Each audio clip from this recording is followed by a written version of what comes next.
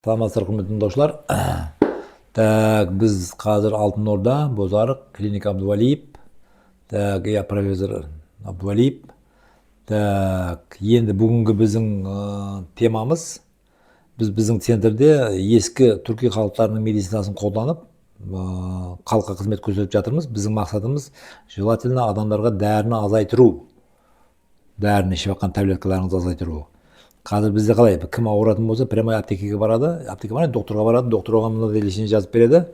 Так, соған айтады. Егер сіз давление болса, айтады: апай, сіз давление болып қалыпсыз, мына дәріні ішесіз, давление өмір бақи кетпейді, осымен енді ішесіз дейді. Ол оның жеп жатқан тамағына, ішіп жатқан несіне, жүріс тұрысына ол көңіл бөлмейді. Бізде ескі түркі халықтарының медицинасын біз қолданамыз.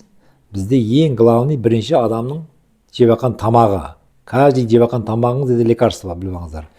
Екінші, салауатты тұрмыс салтыңыз, жүріс тұрысыңыз, сіздің ауруыңызға алып келетін осы екі мәселе. Енді ауырсаң, бірінші, енді 4 қағидасы бар дедік біз медицинаның. Бірінші қағида бұл Аллаға сену, екіншісі бұл мижаз теориясы, үшіншісі значит салауатты тұрмыс салты, төртінші бұл адамның духовный состояниясы. Енді бұл ескі түркі халықтарының медицинасы бойынша сіз егер ауыратын болсаңыз, ауруды оказывается төбеден жіберер екен сізге. Алла Тағала жіберер екен. Жіберген ауырған кезіңізде адам қарау керек екен. Мен жүрісім, тұрысым қалай, не жеп жатырмын, не жемей жатырмын, қай уақытта ұйықтаймын, қалай, не жұмыс қыламын, бір былай сортировкадан өткізу керек екен. Бүйтіп прямой барып лекарстваны ішпестен бірінші сол жаққа көңіл бөлу керек екен да. Біз өткенде айттық, біз мұнда передача беріп бара береміз. Енді бізде ең главный мижаз деген теория бар. Мижаз теориясы бойынша әрбір шөп дәрілерді, тамақтарды, жеп жатқан бәрін жайлап айтып бара береміз. Бүгін біз шештік, екі шөпті, ең қазір халқымызда көп шөп. Бұл одуванчик дейді, екіншісі тысячелистник. Одуванчиктің аты Ташкентте біз қақы дейміз оны, бұл жерде по-казахски бақпақ. Бақпақ. Мен қазір интернеттен переводын тауып алдым. Одуванчиктің аты бақпақ. Екінші шөптәріміз біздің тысячелистник. Оны мың жапырақ. Мың жапырақ та аты, тысячелистник перевод. Мың жапырақ. Екеуі өте бізде көп ұшырайтын өсімдік, екеуі де өте күшті дәрі. Егер сіз бұның қандай әсерін білсеңіз, өте денсаулыққа азыр сол екі туралы, біз екі шөп туралы айтып өтеміз. Енді бақпақ. Бақпақ бұл көктемде бірінші ашылып шығатын шөп. Бәр жерде жайнап тұрады бүйтіп. Енді современный европейский медицина бойынша оның ішінде витаминдерін бәрін айтып өткен. Витамин С, витамин В бәрі көптеп беріледі. Енді ең главный біздің восточный медицина бойынша бақпақтың мижазы суық. Суық деген ол бұл. Суық болғаннан кейін ол обязательно кімнің қаны қою болса, кімде давление болса, кімде бауырда жировой гепатоз болса, өте пайдасы көп. Сіз егер оны алып, демдеп, шай қылып ішетін болсаңыз, вот такой результат будет. Әсіресе жировой гепатозға өте пайдасы көп.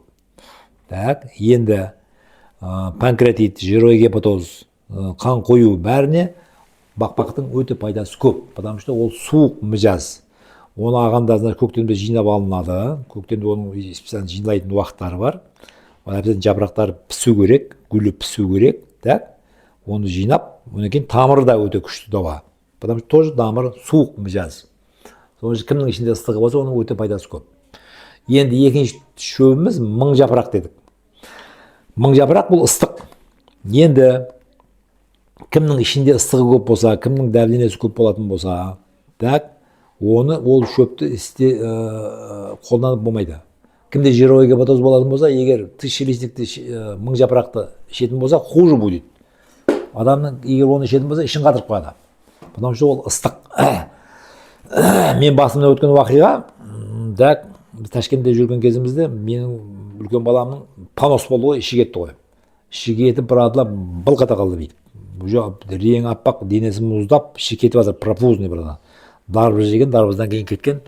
Енді не қыламыз? Сол кезде тысячелистник бар еді, тысячелистник қайнаттым, бердім. Бір қасық ішті ғой. Бір қасық ішкенде жаңа іші тоқтады ғой. Понос, профузный понос тоқтады. Без капельницы, без ничего. Соншалық пайдасы күшті дәрі да бұл. күшті лекарство. Почему? Потому что ол ыстық. Енді кімнің ішінде ыстығы көп болатын болса, оны көп ішетін болса, көп істетін болса, адам ішінен қан кетіріп жібереді ол. Ішті қатырып қояды ол. Давлениені көтереді, жировой гепатозды қозғайды, қанды қоюлаттырады. Потому что ол ыстық. Енді кімнің ішінде суы көп болса, вот такое лекарство.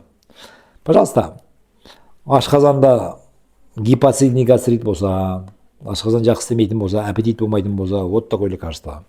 Енді кімнің қаны аз болса, так, кімнің қуаты аз болса, очень хороший лекарство.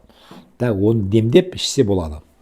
Так, енді бірақ кімнің қаны қою, кімнің давлениесі бар, кімде жировой гепатоз, это противопоказано. Енді біздің европейский медицинада енді оның екеуін бірін біз всегда айтамыз, біз критика қылып оны бірін салыстыруға ақымыз жоқ. Это этикаға тура келмейді то. Нельзя критиковать друг друга.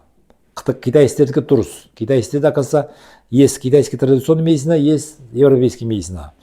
Көше мынау болса, көшенің мына бетінде восточный медицина, мына бетінде европейский медицина. Адамның қалтасында ақшасы, қаласа мынаған барады, қаламаса мынаған барады. Пожалуйста, күшті болсаң емде, бірақ не имеет права критиковать. Соның үшін бізде қазіргі нені критиковать қылмаймыз.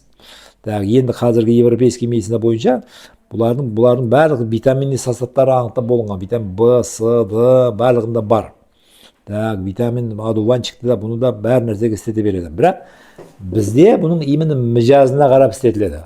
Адамның өзінің мижазына қарап и шөптің мижазына қарап істетіледі. Өте эффекті резко өзгереді ғой былай.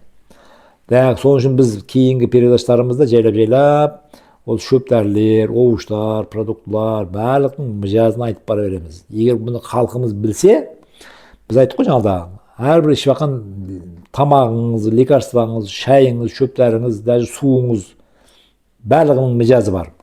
Сол мижазға қарап сіздің организміңізге әсер етеді ол. Соның үшін ауырмаңыздар, сыздамаңыздар.